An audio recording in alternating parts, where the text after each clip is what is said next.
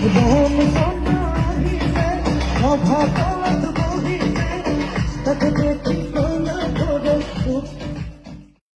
পকেটত কিমান পইচা থাকে?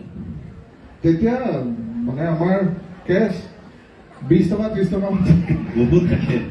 আশ্চৰ্য সংগ্ৰামৰ আৰম্ভণি চোৱা পকেটত কিমান পইচা থাকে জানিব বিচাৰিব।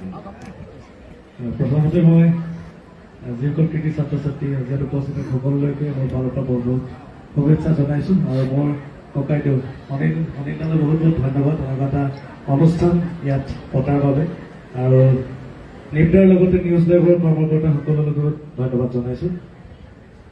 পকেটত আচলতে কিমান টকা আছিলে মনতেই নাই, মানে প্ৰায় নাথাকেই, সেইকাৰণে আৰু কোৱাৰ আচলতে আশ্চৰ্য আমাৰ গোটেই গেংটোৰ আমি কেইবাজনো গায়ক গায়িকা একেলগে আছিলোঁ তেতিয়া একে সমসাময়িকভাৱে আমি তালৈ যোৱা বা গীত কৰাৰ চেষ্টা কৰিবলৈ কাৰণে তাতে আছিলোঁ আৰু ঠিক তেনেকুৱা এটা সময়ত আটাইতকৈ আমাৰ ভিতৰত পপুলাৰ মানুহটোৱে আশ্চৰ্য বৰপাত্ৰ আৰু কামবোৰ পপুলাৰ মানে আমাৰ নিজৰ মাজত আমি আৰু যিমান মানুহে কাম কৰে ধৰক কোনোবাই আগতে এখন শ্বৰ্ট কেছেট কৰিবলৈ 8টা গীত কৰে, 8টা গীততে মানে কোৰাছ সমবেত যিবিলাক কণ্ঠ সেইবিলাক গাবলগীয়া হয় আৰু সেইবিলাক যিসকল চিনিয়ৰ আছিলে তেওঁলোকে বহুত বেছি পইচা লৈছিলে সেইটো সময়ত, কোনোবাই 500 টকা লয়, কোনোবাই 1000 টকা লয়।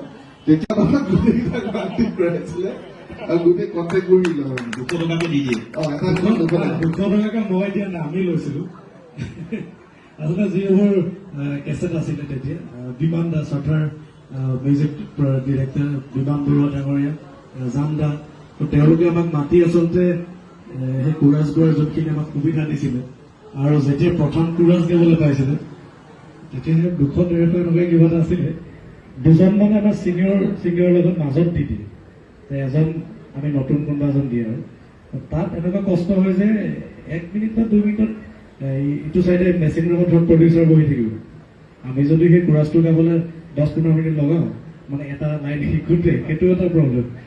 কেতিয়াবা দূৰত লৈ দিওঁ আৰু যে মাতটো নগ'লে যায়।